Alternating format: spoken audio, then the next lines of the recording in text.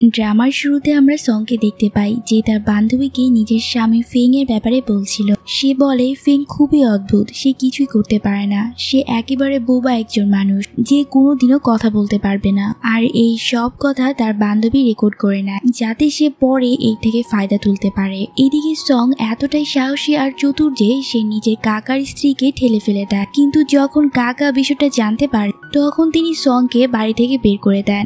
এরপর সং যখন বাইরে যায় তখনই তার একটা অ্যাক্সিডেন্ট হয়ে যায়।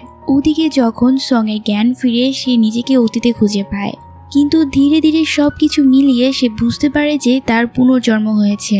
আর এইবার যদি তাকে এই সব জটিলতা থেকে বের হতে হয় তবে তাকে খুব সাবধানে সবকিছু সামলাতে হবে আর ভীষণ সতর্ক থাকতে হবে। তার মনে পড়ে যায় এই সময় তার বান্ধবী সব কথা রেকর্ড করবে, কিন্তু এইবার সে ফ্যাং এর সম্পর্কে একটাও খারাপ কথা বলে না, বরং বান্ধবী যতই খোঁচানোর চেষ্টা করুক সং একটাও নেতিবাচক কিছু বলে না, উল্টো সে ফ্যাং এর প্রশংসা করতে শুরু করে।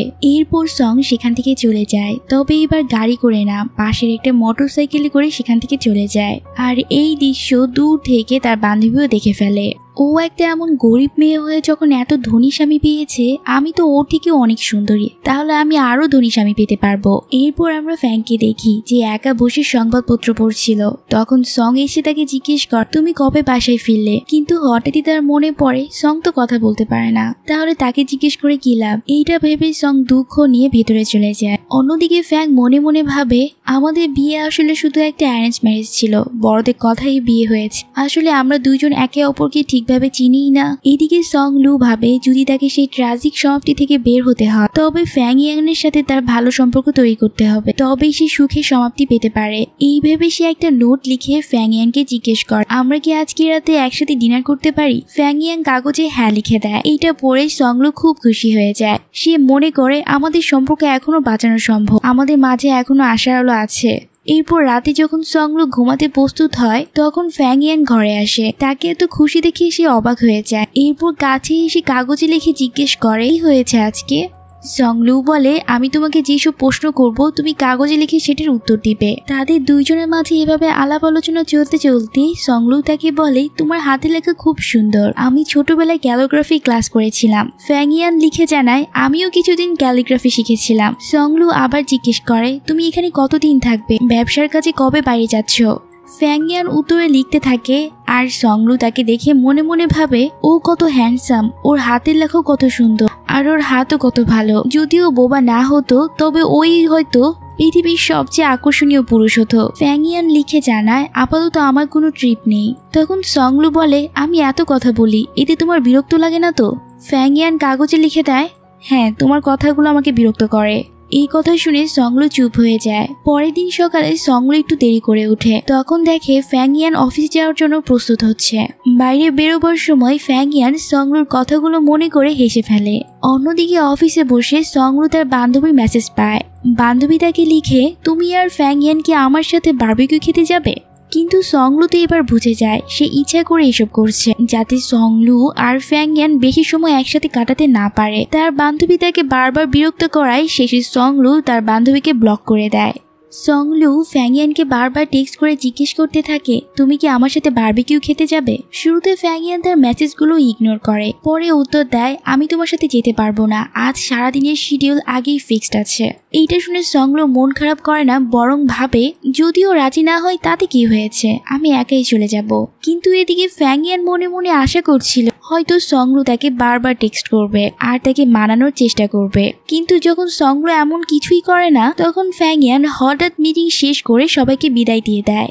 এদিকে সং লু একাই রেস্টুরেন্টে চলে যায় এবং নিজের খাবার খেতে থাকে। ঠিক তখনই তার কাজিন তার ফিয়ন্সেকে নিয়ে সেখানে চলে আসে। এইটা দেখে সং ভাবে আমার বোন কেমন আমি খুব ভালোই জানি, তাই এখান থেকে তাড়াতাড়ি বের হওয়াটাই ভালো। সে চুপচাপ খেতে শুরু করে, কিন্তু তার কাজিন সুযোগ পেয়ে তাকে অপমান করার চেষ্টা করে। আর এরপর কাজিনের ফিয়ন্সে সং লুর জন্য বেবি মিল অর্ডার করতে থাকে। তার কাজিন ব্যঙ্গ করে তাকে বলে দেখো পার্টনাররা এভাবেই তো খেয়াল রাখে, তুমি কখনো এরকম ট্রিটমেন্ট পাবে না।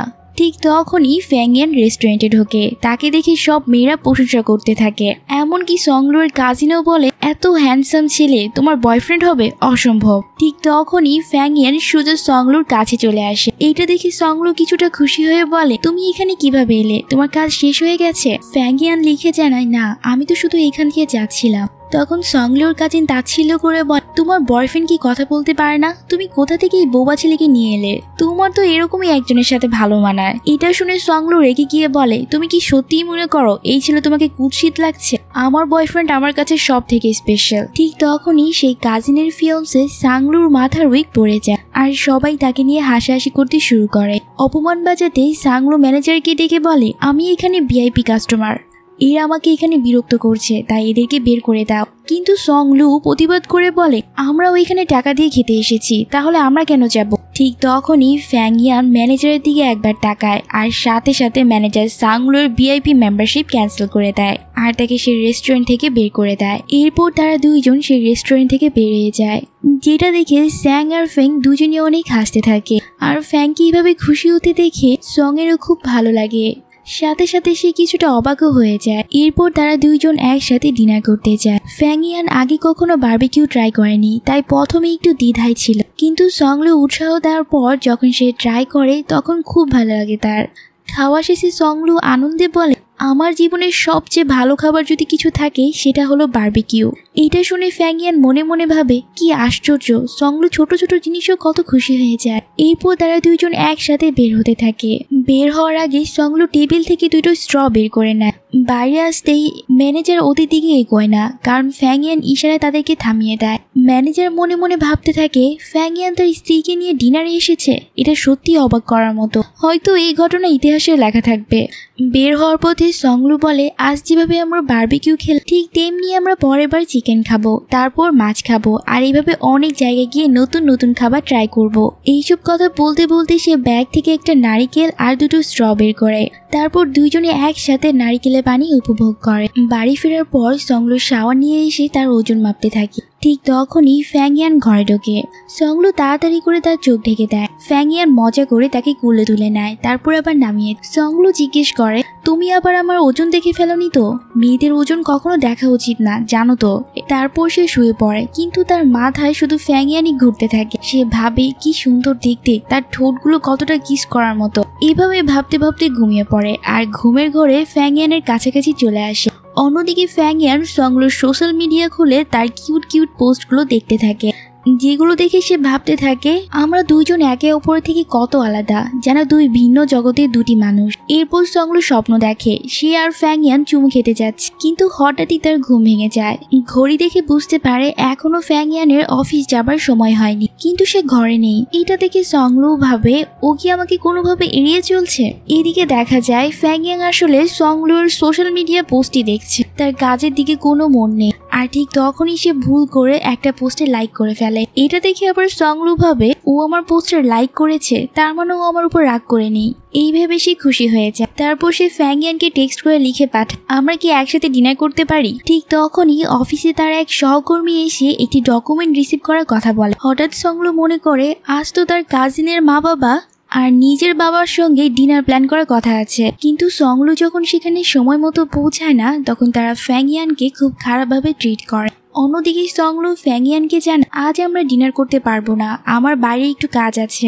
এটা বলে সংলু সেখান থেকে চলে যায়। পরের দৃশ্যে আমরা বাড়িতে সংলুর বাবাকে দেখতে পাই। সংলু চাচা তার বাবাকে বলতে থাকে, আপনি এত তাড়াহুড়ো করে সঙ্গের বিয়ে দিলেন কেন? অন্তত আগে জানানো উচিত ছিল।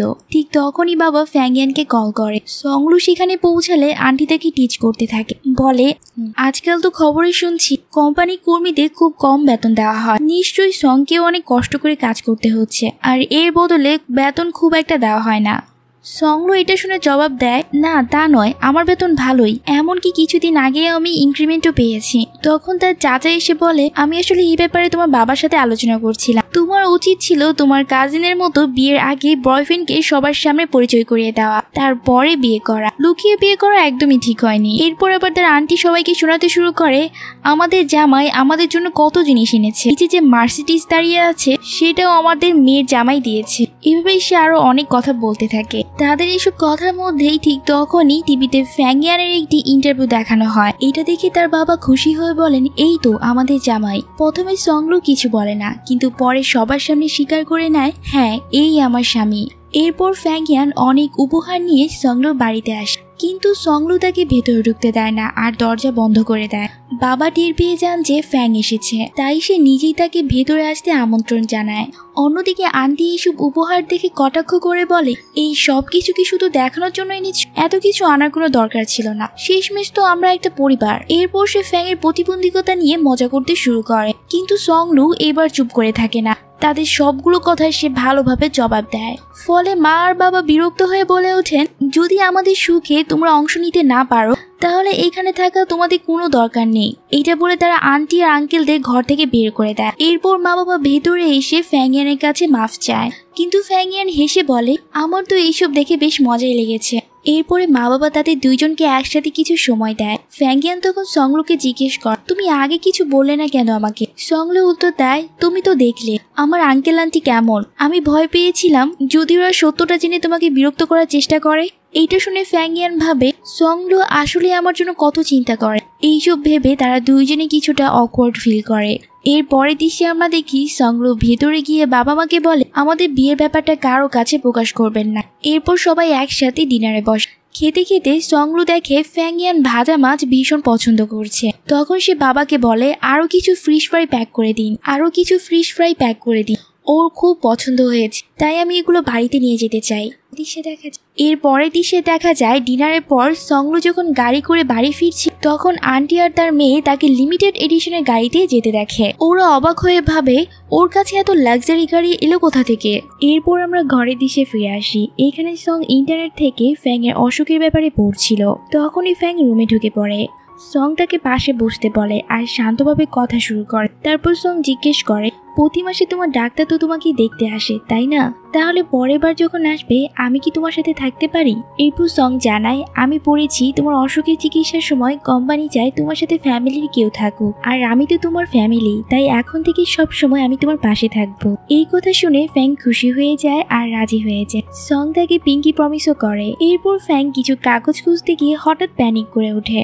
তখনই সং সেখানে চলে আসে আর সেই কাগজগুলো তার হাতে তুলে দেয়। ফ্যাং ভেতর থেকে ফিল করতে থাকে যে সং এর কাছে থাকলে সে ভীষণ শান্তি পায়। এরপরে ফ্যাং তাকে একটা থ্যাংক ইউ টেক্সট করে। এটা দেখে সং তাকে ফ্রেন্ড বলে ডাকে আর সব সময় তার পাশে থাকার প্রতিশ্রুতি দেয়। এরপর আমরা ফ্যাংকে দেখি সে একটা মলে যায় খবর কভার করতে আর রিপোর্টিং করতে। সেখানে তার চোখে পড়ে এক জনপ্রিয় সিঙ্গার যে কিনা হঠাৎ করেই বিখ্যাত একটা ও ফ্যানলির সঙ্গে ধাক্কা খায়। দুজনেই সংকে লক্ষ্য করে।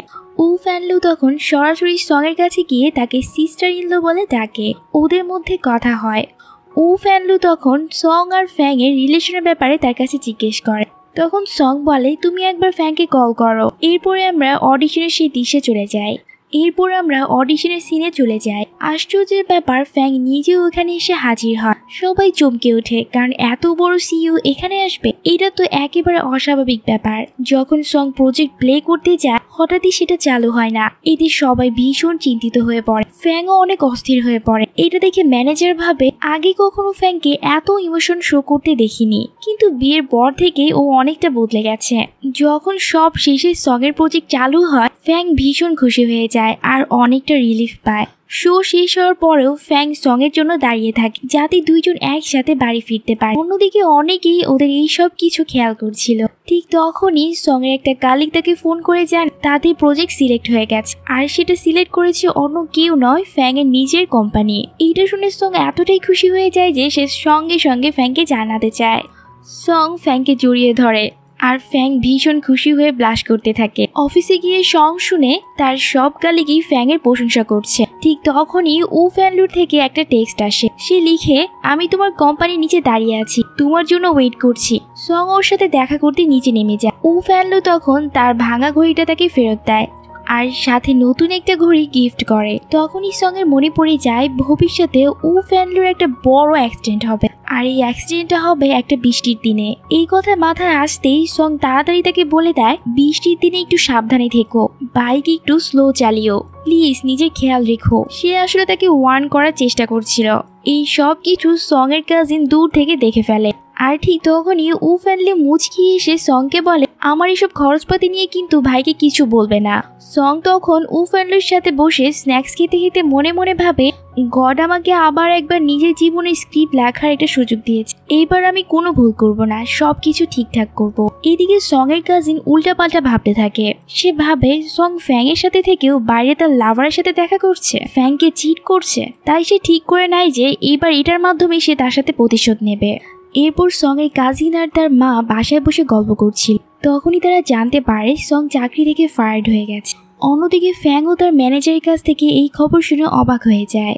সং অফিসে থাকতে থাকতে চারপাশে গুজব শুনতে থাকে, সবাই বলছে সে নাকি কারোর সাথে অ্যাফেয়ার করছে। সং এইসব কথায় মন না দিয়ে চুপচাপ বাইরে বেরিয়ে আসে। ঠিক তখনই তার এক বন্ধু এসে গুড বাই বলে আর মনে করিয়ে দেয় যে নেক্সট উইক কিন্তু তোমার বার্থডে।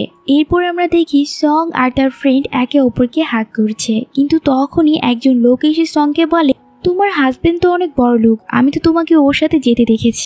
এমন সময় সং এর কাজিন এসে বলে, তোমার তো আমাকে ধন্যবাদ দেওয়া উচিত, আমার জন্যই তো সবকিছু এত তাড়াতাড়ি সবার সামনে ফাঁস হয়ে গেল। সং সঙ্গে সঙ্গে বলে, আমার আগেই জানা ছিল এই রিপোর্টটা তুমিই লিখেছ আমার নামে। ঠিক তখনই ফ্যাং সেখানে এসে পৌঁছায়। সং সবাইকে জানিয়ে দেয় যে তার হাজবেন্ড আসলে ফ্যাংই, আর যেমনটা কাজিন বলেছিল যদি সত্যিই ফ্যাং তার হাজবেন্ড হয়ে থাকে তাহলে সে সবার সামনে সরি বলবে। কিন্তু তার কাজিন সংকে সরি না বলে সোজা সেখান থেকে চলে যায়। এদিকে সং এর বন্ধু ফেং আর সংকে একসাথে দেখে খুব খুশি হয়। সে বলে, নেক্সট টাইম আমি অবশ্যই তোমাদের ডিনারে ইনভাইট করব, কারণ তোমরা দুইজন একসাথে সত্যি এক পারফেক্ট কাপল। এরপর আমরা দেখি ফ্যাং আর সং একসাথে গাড়িতে বসে আছে। সং ফোনে নিউজ দেখে কিছু জানতে পারে। তখন ফ্যাং বলে, একজন হাজবেন্ড আমার দায়িত্ব হচ্ছে আমার ওয়াইফের নাম আর ইমেজকে প্রোটেক্ট করা। এরপর গল্পটা আমাদের নিয়ে যায় পাস্টের দিকে, যখন ফ্যাং এর গ্র্যান্ডফাদার তাদের বাড়িতে এসেছিল, কিন্তু সেই সময় সং তার সাথে খুব খারাপ ব্যবহার করেছিল, এমনকি বাড়ির মেয়েদের সাথেও বাজে ব্যবহার করেছিল। আবার দৃশ্য ফিরে আসে বর্তমান সময়। এবার ফ্যাং আর সং একসাথে গ্র্যান্ডফাদারের সাথে দেখা করতে আসে। দুইজনে একেবারে হ্যাপি কাপল সাজে একসাথে ভেতরে ঢোকে। এইবার সং খুব ভদ্রভাবে গ্র্যান্ডফাদারের সাথে দেখা করে, তাকে অনেক রেসপেক্ট করে। সং এর চোখে তখন পড়ে ফ্যাং এর দুটি ছোট ভাই। তারা একে অপরের সাথে ছোট ছোট বিষয় নিয়ে ঝগড়া করছিল, যদিও ব্যাপারটা শুধু মজার চলেই হচ্ছিল। কিন্তু এগুলো দেখে সং এর মনে পড়ে যায় ভবিষ্যতের ঘটনা, যেখানে সবকিছু একদম বদলে যাবে। ফ্যাং আর তার দুই ভাইকে কন্ট্রোল করতে পারবে না, পরিবারের ঐক্য ধরে রাখতে পারবে না, আর এই কারণেই তার দুই ভাই একে অপরের শত্রু হয়ে উঠবে। এরপর আমরা দেখি এত কিছুর পরও পুরো ফ্যামিলি একসাথে দারুণ সময় কাটাচ্ছে। এমনকি সং তাদের সাথে মজা করে র্যাপিংও করে, কিন্তু কিছুক্ষণ পরেই সে নিজের পারফরমেন্সে ভীষণ এম্বারেসড ফিল করে। এরপর যখন সং আর ফেং একসাথে বাড়ি ফিরছিল, তখন সং এর মায়ের ফোন আসে। তিনি জানতে চান তোমাদের মধ্যে সব ঠিক আছে তো, ফ্যাং তোমাকে কোনোভাবে কষ্ট দিচ্ছে না তো। সং এসে উত্তর দেয়, না মা, আমরা সবাই একসাথে খুব সুন্দর সময় কাটাচ্ছি। কিছুক্ষণ পর সং ঠান্ডা অনুভব করতে শুরু করে। তখন ফ্যাং নিজের জ্যাকেট খুলে তার গায়ে দেয়। সং মনে মনে ভাবে, আমরা দুইজন এখন একে অপরের আরো কাছে চলে আসছি। এই ভাবনা তার মনটা খুশিতে ভরে তোলে। পরের দিন সকালে সং অফিসে যাওয়ার জন্য তাড়াতাড়ি প্রস্তুতি নিচ্ছিল। যাওয়ার আগে সে ফ্যাংকে জানায়। এটা শুনে আবার ফ্যাং একটু স্যাড হয়ে যায়। তখন সং তাকে আশ্বাস দেয়, তোমার ট্রিটমেন্ট শুরু হওয়ার আগেই আমি ফিরে আসবো। এই কথা শুনে ফ্যাং খুব খুশি হয়। মনে মনে ভাবে আমি ওর সাথে থাকলে ভীষণ সেফ ফিল করি। এরপর আমরা ট্রিটমেন্টের সিন দেখি। পুরো সময় সং ফ্যাং এর পাশে বসে থাকে, কিন্তু ফ্যাংকে এত কষ্ট দেখতে তার সহ্য হচ্ছিল না, তাই সে কাছে গিয়ে বসে। ঠিক তখন ডাক্তার এসে জানায় আগের থেকে অনেক ইমপ্রুভমেন্ট হয়েছে।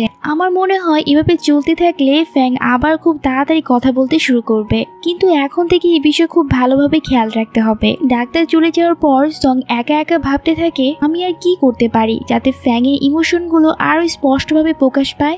রাতের বেলা সং ফ্যাং এর জন্য স্যুপ নিয়ে আসে, যাতে খেয়ে ভালোভাবে ঘুমাতে পারে। স্যুপটা দিয়ে সে নিজে ঘুমিয়ে পড়ে। ফ্যাং স্যুপ খেতে খেতে ভাবে, এখন থেকে আমাকে প্রতিদিন এটা খেতে হবে।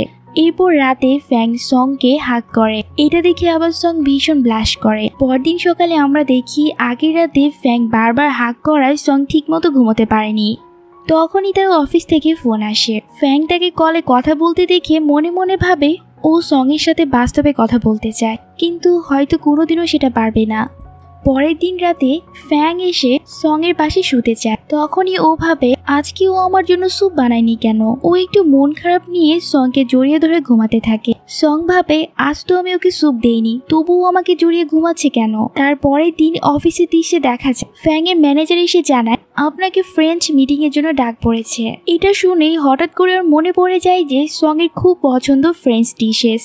সঙ্গে সঙ্গে ও সংকে টেক্সট করে বলে আজকে আমাকে এক ফ্রেঞ্চ মিটিংয়ে যেতে হবে, তুমি কি আমার সাথে যাবে? সং খুব খুশি হয়ে হ্যাঁ বলে দেয় আর নুডলস খেতে খেতে এনজয় করতে থাকে। এরপর পার্টির দৃশ্যে দেখা যায় এক ফ্রেঞ্চ ম্যান সং এর অনেক প্রশংসা করতে শুরু করে। এইটা দেখে ফ্যাং হিংসায় ওকে আরো নিজের কাছাকাছি টেনে নেয়। সং অকওয়ার্ড হয়ে ওয়াশরুমে চলে যায়, কিন্তু যখন ও ফিরে আসে তখন কিছু ফ্রেঞ্চ লোক সং আর ফ্যাংকে নিয়ে গসিপ শুরু করে। ওরা ফরাসি ভাষায় কথা বলছিল, কিন্তু তবুও সং সব বুঝতে পারে। এরপর সোজাসুজি ফ্রেঞ্চে উত্তর দেয়, কারণ সং ফ্যাং এর বিরুদ্ধে একটা শব্দ শুনতে চাচ্ছিল না। ঠিক তখনই ফ্যাং সেখানে আসে আর প্রথমবারের মতো সং এর নাম উচ্চারণ করে। এটা শুনে সং একেবারে অবাক হয়ে যায়। এরপর লোকগুলো চলে গেলে ফ্যাং নিজেই ফোন বের করে। ও ইতিমধ্যেই সবকিছু টেক্সটকে ভয়েসে কনভার্ট করে ফেলেছিল। সং ওর কণ্ঠস্বরে অনেক প্রশংসা করে। ও ভাবে হয়তো সবাই কিছু খারাপ বলছিল, তাই ফ্যাং নিজেকে কন্ট্রোল করতে পারে আর ও সবকিছু বলে ফেলে। কিন্তু ভেতরে ভেতরে ফ্যাং ভাবে আমি আসলে কিছুই বলতে চাইনি, কিন্তু সং এর বিরুদ্ধে একটা শব্দ সহ্য করতে পারছিলাম না, তাই নিজের অজান্তেই ওর নাম মুখ দিয়ে বেরিয়ে আসে। এরপর দৃশ্য ফিরে আসে ঘরে। সং আসে ফ্যাং এর কাছে, তার সাথে কথা বলার চেষ্টা করে, কিন্তু ফ্যাং কিছুই বলে না, শুধু নিউজ পেপার পড়তে থাকে। এরপর যখন সং নিজের মেল কলিগের সাথে ফোনে কথা বলছিল, এইটা দেখে ফ্যাং ওর কাছে এসে বলে গ্র্যান্ডপা তোমার সাথে দেখা করতে চাইছে। সং অনেক অবাক হয়ে যায়, সে বিশ্বাস করতে পারছিল না যে ফ্যাং তার সাথে আবার কথা বলেছে। তখন সং মনে মনে ভাবে আমার যাই করতে হোক না কেন ফ্যাং এর অসুখ আমি একদিন না একদিন সারাবই। এরপর রাতের দৃশ্যে ওরা দুজন একে অপরকে জড়িয়ে ঘুমাচ্ছিল। হঠাৎ ঘুমের মধ্যে সং নিজের পা ফ্যাং এর উপর তুলে দেয়। এতটুকুতেই ফ্যাং ভীষণ আনকমফোর্টেবল হয়ে যায়। পরের দিন সকালে সং উঠে খুশি হয়ে বলে গতকাল রাতে আমি দারুণ ঘুমিয়েছি। ও হাসি মুখে ফ্যাংকে জিজ্ঞেস করে তুমিও তো ভালো ঘুমিয়েছো তাই না? কিন্তু ফ্যাং কোনো উত্তরই দেয় না। সং ভাবে এটার মাথায় আসলে কি চলে, বুঝে ওঠাও ভীষণ কঠিন। অন্যদিকে ফ্যাং এর মাথায় তো অন্য চিন্তা। সে ভাবছিল ওর তো কিছুই মনে নেই, কিছুই টের পায়নি গত রাতে কি হয়েছে। এরপর দৃশ্য পাল্টে যায় অফিসে। ফ্যাং শুনে কিছু কর্মচারী কথা বলছে। যখন কেউ কারো প্রতি আকৃষ্ট হয় তখন শরীর সিগন্যাল দেয়, বিশেষ করে যখনই কেউ হঠাৎ করে হাগ বা কিস করে। এটা শুনেই ফ্যাং এর মাথায় ভেসে ওঠে সেই মুহূর্ত, সং এর সাথে তার হাগ। ও ভাবে হয়তো এই কারণে এখন এমন হচ্ছে। এরপর সে নিজের ক্যাবিনে বসে ইন্টারনেটে খুঁজতে শুরু করে কিভাবে আমি আমার স্ত্রীর মনে আমার জন্য আরো অ্যাট্রাকশন বাড়াতে পারি। ওদিকে সং পৌঁছে যায় এক 5 স্টার হোটেলে। সেখানে ম্যানেজার বলে ম্যাডাম ফ্যাং স্যার আগেই নির্দেশ দিয়েছেন আপনি চাইলে যে কোনো রুম ফ্রিতে বুক করতে পারবেন। ঠিক তখনই সেখানে সং এর কাজিন শিয়াও তার পুরো পরিবার নিয়ে সেখানে আসে। সবাই মিলে শিয়াওর খুব প্রশংসা করতে থাকে।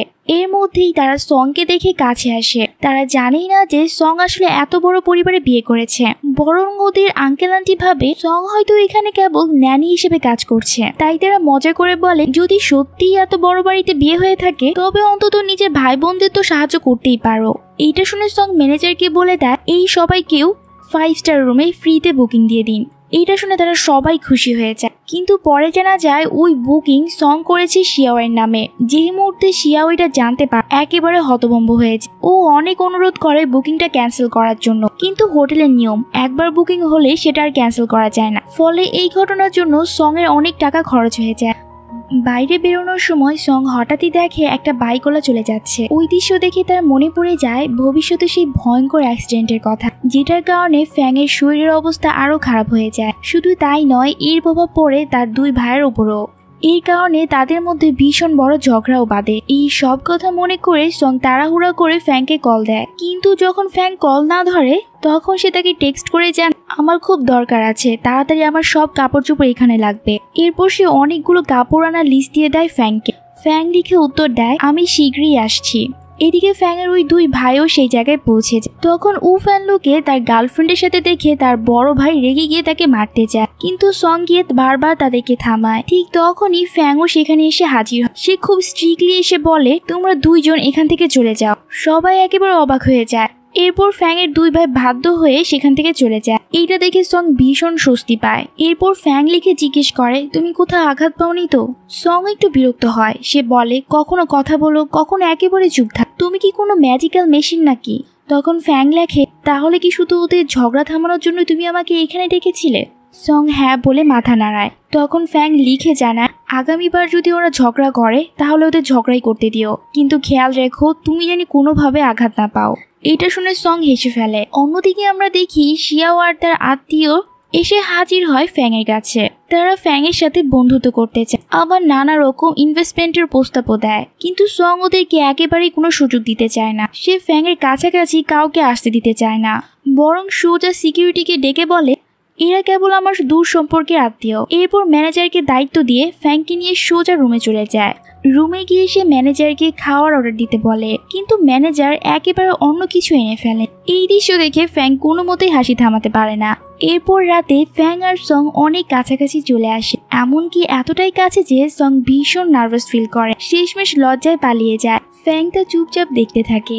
এদিকে চারপাশে শুধু একটাই রিউমার ঘুরছে, ফ্যাং নাকি এখন কথা বলতে পারে। অফিসে সং তার এক কালিগের সাথে দাঁড়িয়েছে। হঠাৎই সং প্রায় পড়ে যাচ্ছিল। তখন তার সেই কালিগ তাকে ধরে ফেলে, কিন্তু দূর থেকে এই সব কিছু ফ্যাং দেখতে পায়। কলিগটি এসে সংকে জিজ্ঞেস করে, ওই লোকটা আমাকে এমন কটমট করে দেখছে কেন? এরপরই বুঝতে পারে ফ্যাং আসলে জেলাস ফিল করছে, তাই সে সংকে ছেড়ে ভেতরে চলে যায়। সং এগিয়ে গিয়ে ফ্যাংকে জিজ্ঞেস করে, তুমি এখানে কি করছো? ফ্যাং শান্তভাবে লিখে জানা, কিছু না, শুধু এখান দিয়ে যাচ্ছিলাম। সং তখন বলে, তাহলে কি তুমি আমাকে একবার রাইড দিতে পারবে? এরপর এখানে দৃশ্য কাট হয় অফিসে। ফ্যাং তার ক্যাবিনে বসে, তখন ম্যানেজার তাকে একটা নোট দেয়। ওটা ছিল সং এর পাঠানো নোট। নোটে লেখা ছিল, আজ রাতে ডিনারের জন্য রেস্টুরেন্টে আসো। রেস্টুরেন্টে যাওয়ার আগে ফ্যাং নিজের গায়ে সং এর প্রিয় পারফিউমটি স্প্রে করে নেয়, তারপরে যায় সেই ঠিকানায়। কিন্তু সেই ঠিকানায় সং তখনও আসেনি, বরং সং এর ফ্রেন্ড এসে হাজির হয়। আসলে আগেই সেই ফ্রেন্ডটা সেই নোটটা পাল্টে দিয়েছিল। ওই মেয়ে এসে ফ্যাংকে সং এর একটা ভয়েস রেকর্ডিং শোনায়। সেই ভয়েস রেকর্ডিং এ সং বলছে, আমি কোনোদিনই এক মিউট মানুষের সাথে বিয়ে করতে চাইনি, শুধু গ্র্যান্ডফাদারের চাপে পড়ে এই বিয়ে করেছি। এই কথা শুনে ফ্যাং ভেতর থেকে একেবারে ভেঙে পড়ে। তবুও মেয়েটা সং এর নামে আরো খারাপ খারাপ কথা বলতে থাকে। সে বলে, সং একেবারে ডাবল ফেস্ট মেয়ে, সব সময় তোমার নামে আমার কাছে বাজে কথা বলতো। সে কখনোই তোমার মতো বোবা মানুষের সাথে থাকতে চায়নি, শুধু বাধ্য হয়ে তোমার সাথে আছে। কিন্তু ফ্যাং, তুমি তো অনেক হ্যান্ডসাম, অ্যাম্বিশিয়াস আর সাহসী একজন মানুষ, তুমি আসলেই দারুণ। তাহলে কেন সং তোমাকে অপছন্দ করে? আমার তো মনে হয় তুমি অনেক ভালো একটা মেয়ে পাওয়ার যোগ্য, নাকি সং এর মতো ডাবল ফেস্ট কেউ।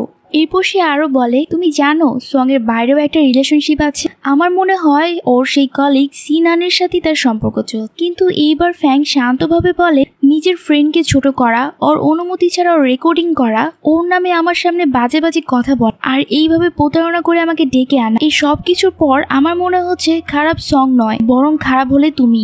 এই কথা বলে ফ্যাং সেখান থেকে সোজা চলে যায়। এদিকে ফ্যাং আর সং একসাথে বাড়িতে ছিল।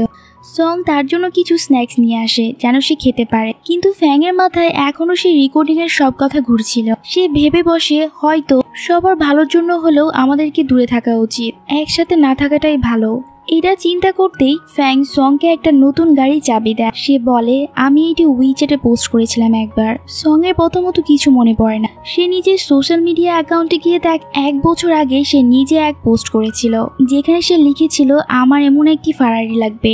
এইটা দেখে সং খুব খুশি হয়। ফিং তাকে এত খুশি দেখে একটা হাসি দিয়ে বলে, আমার স্ত্রীর যা যা ইচ্ছা আছে সবকিছু পূরণ করার দায়িত্ব আমার। পরের দিন দেখা যায় ফিং রান্নাঘরে আসে। সং খাবার বানাচ্ছিল। ফিং দেখে আর ভাবে, কিছু সময়ের জন্য হলেও সং শুধু আমার। সং রান্না করার অনেক চেষ্টা করছিল, কিন্তু কোনো মতেই ঠিকভাবে রান্না করতে পারছিল। এরপর সং অফিসে চলে যায়। সিনান তার জন্য ব্রেকফাস্ট নিয়ে আসে আর তারা একসাথে খেতে বসে। সং বসে ব্রেকফাস্ট খেতে থাকে। বিন সে একদমই পছন্দ করে, তাই সে এটা সিনানকে দিয়ে দেয়।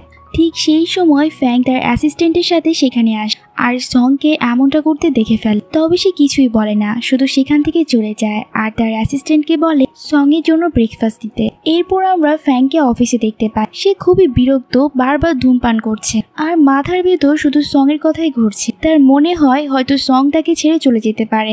এমনটা ভাবতে ভাবতে সে একটার পর একটা সিগারেট খেতে থাকে। এরপর যখন ফ্যাং বাড়ি ফিরে আসে তখন সং তাকে জড়িয়ে ধরে আর জিজ্ঞেস করতে থাকে সে কি ইচ্ছে করে তাকে অ্যাভয়েড করছে, কিন্তু ফ্যাং কোনো উত্তর দেয় না, শুধু বলে না।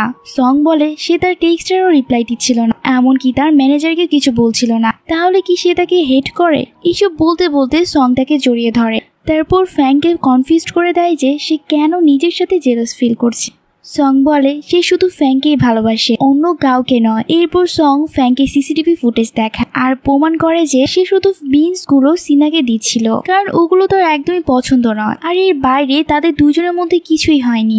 সং ফ্যাংকে ফোন কলসও দেখে, যেখানে বোঝা যায় যে সে ফ্যাংয়ের সাথে কথা বলছে, বরং অন্য আরেকজনের সাথে কথা বলছিল। এরপরে আমরা পরের দিনের দৃশ্য দেখতে পাই, যেখানে সং তখন অনেক খুশি থাকে, কিন্তু অফিসে যেতেই তার এক ফ্রেন্ড তাকে জানায় যে তার মায়ের অবস্থা খুব খারাপ, এমনকি তিনি নড়তে চড়তেও পারছেন। এইটা শুনে সং ভীষণ ভয় পেয়ে যায় আর সঙ্গে সঙ্গে তার বাবাকে ফোন করে। তখন বাবা তাকে জানায় যে মায়ের সত্যি শরীর খুব খারাপ। এরপর সং ফ্যাংকে ফোন করে তার মায়ের অবস্থা জানায়। তারপর ফ্যাং নিজে এসে সংকে নিয়ে যায়। তখন সং এর অবস্থা খুবই খারাপ থাকে। এইটা দেখে ফ্যাং তাকে জড়িয়ে ধরে আর তাকে সান্ত্বনা দেয়। সে বলে তার মায়ের জন্য সবচেয়ে ভালো ডাক্তার সে খুঁজে দেবে আর তাকে দ্রুত সুস্থ করার একটা ব্যবস্থা বের করবে। এরপর দেখা যায় তারা দুইজন একসাথে বাড়ি চলে আসে আর সেখানে আমরা জানতে পারি যে আসলে মায়ের তেমন কোনো খারাপ কিছু হয়নি, বরং বাবাই মজা করছিল। আসলে তিনি শুধু সবাইকে একসাথে ডিনার করতে চেয়েছিলেন, তাই এমন করে মজা করেছিলেন। এরপর দেখা যায় পুরো পরিবার একসাথে ডিনার করছে। সেখানে ফ্যাং কিছু বলাতে তার বাবা আর মা দুজনই একদম শকড হয়ে যায়, কারণ এইটাই ছিল তাদের জন্য প্রথম যখন তারা ফ্যাং এর নিজের গলা শুনতে পেরেছে।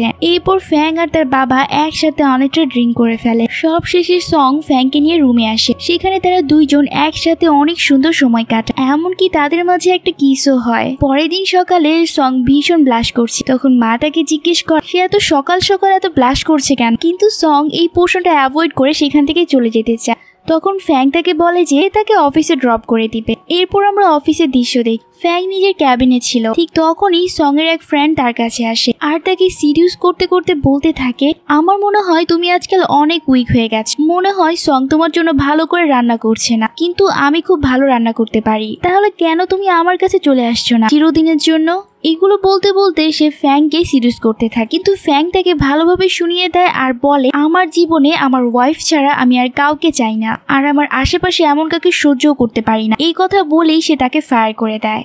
এরপর ফ্যাং যখন বাড়ি ফিরে আসে তখন দেখে সং অলরেডি ঘুমিয়ে আছে। সে তাকে একটু আদর করে জাগায় আর বলে যে সে তার জন্য মজার খাবার এনেছে। এইটা শুনে সং ভীষণ খুশি হয়, কিন্তু এর আগে ফ্যাং তার কাছে নিজের রিওয়ার্ড চায়। ঠিক তখনই সং এর কাছে ফ্যাং এর দুই ভাইয়ের ফোন আসে, যেখানে জানা যায় যে তাদের মধ্যে আবার খুব বড় একটা ঝগড়া হয়ে গেছে আর তারা এখন একটা বারে আছে।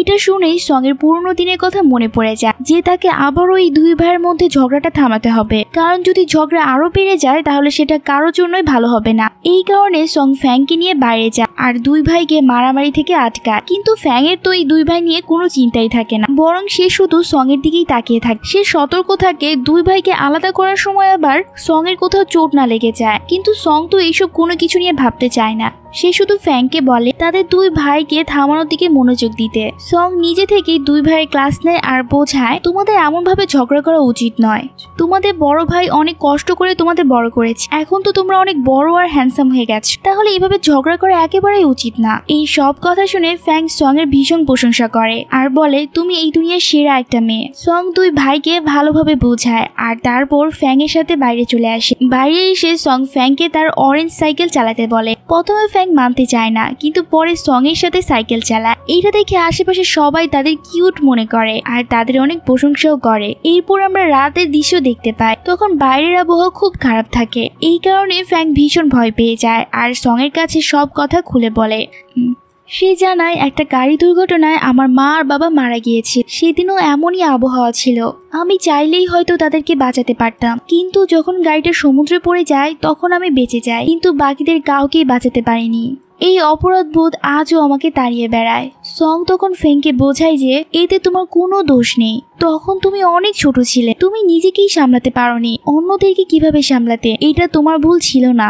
ফ্যাং বলে সেদিন থেকে আমি কারোর সাথে কথা বলতে চাইতাম না, আর সেই কারণে আমার এই ডিসঅর্ডার হয়েছিল। সং আবারও তাকে বোঝানোর চেষ্টা করে যা কিছু হয়েছে তাতে তোমার কোনো দোষ নেই, আর তোমার মা বাবাও চাইবে যে তুমি বড় হয়ে একজন ভালো মানুষ হও, আর সত্যি তুমি সেটা করেছো। তুমি তোমার দুই ভাইকে নিজের মতো করে এত ভালো মানুষ বানিয়েছো। আমার মনে হয় তোমার মা বাবা স্বর্গে বসে খুব গিল্টি ফিল করছে, কারণ তাদের কারণে তুমি একা এত কষ্ট সহ্য করছো। এই সব কথা শুনে ফ্যাং তাকে জড়িয়ে ধরে। তারপর সং বলে এখন থেকে যখনই বৃষ্টি হবে আমি সব সময় তোমার পাশে থাকবো, কখনো তোমাকে ছেড়ে যাব না। এরপর আমাদেরকে কিছু সময় পরের দৃশ্য দেখানো হয় যেখানে সং ঘুমাচ্ছিল, আর স্বপ্নে দেখা যে ফ্যাং এর একটা বড় অ্যাক্সিডেন্ট হয়ে গেছে এয়ারপ্লেন ক্র্যাশে। এটা দেখে সে ভীষণ ভয় পেয়ে যায়, তাড়াতাড়ি নিচে নেমে পানি খায় আর নিজেকে শান্ত করার চেষ্টা করে। নিজেকে বোঝাতে থাকে যে যা কিছু সে দেখেছে ওইটা শুধুই একটা স্বপ্ন ছিল, ওইটা ভুলে যাওয়াই তার জন্য ঠিক হবে। কিন্তু ঠিক তখনই সেখানে ফেং এর ভাই আসে আর বলে ফেং তো নিজের পার্সোনাল হেলিকপ্টার নিয়ে চলে গেছে, আর আজকে ও ওটা নিজেই চালাচ্ছে। এইটা শুনে সং পুরো কনফিউজড হয়ে যায়। সে বুঝতে পারে না যে যেটা সে স্বপ্নে দেখেছে ওটা সত্য ছিল নাকি শুধুই একটা খারাপ স্বপ্ন ছিল। কিন্তু আসলেই ফ্যাং হেলিকপ্টারে গেছে কিনা সেটা কনফার্ম করার জন্য সং একদম ল্যান্ডিং সাইটে চলে যায়। সেখানে গিয়ে সে জানতে পারে ফ্যাং এর কোনো সিগন্যাল পাওয়া যাচ্ছে না। এটা শুনে সে ভয় পেয়ে যায়, কান্না করতে থাকে। ফ্যাং এর সাথে কাটানোর সব মুহূর্ত তার মনে করতে থাকে। স্মৃতিগুলো মনে করতে করতে সে আরো জোরে জোরে কাঁদতে থাকে আর নিজের কপালকে দোষ দিতে থাকে। প্রতিবার আমার সাথে এমন কেন হয়?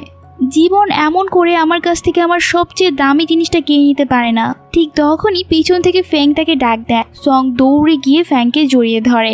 ফ্যাংও তাকে নিজের কাছ থেকে দূরে যেতে দেয় না। দুজন একে অপরকে জড়িয়ে থাকে অনেকক্ষণ যাবত।